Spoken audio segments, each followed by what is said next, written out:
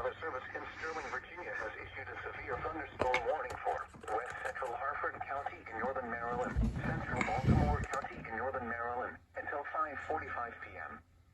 At 4:59 p.m., severe thunderstorms were located along a line extending from near Cottingsville to near Pikesville, moving east at 15 miles per hour. Hazard, 60 miles per hour wind gusts. Source, radar indicated. Impact, damaging winds will cause some trees and large branches to fall. This could injure those outdoors, as well as damage homes and vehicles. Roadways may become blocked by downed trees. Localized power outages are possible. Unsecured light objects may become projectiles.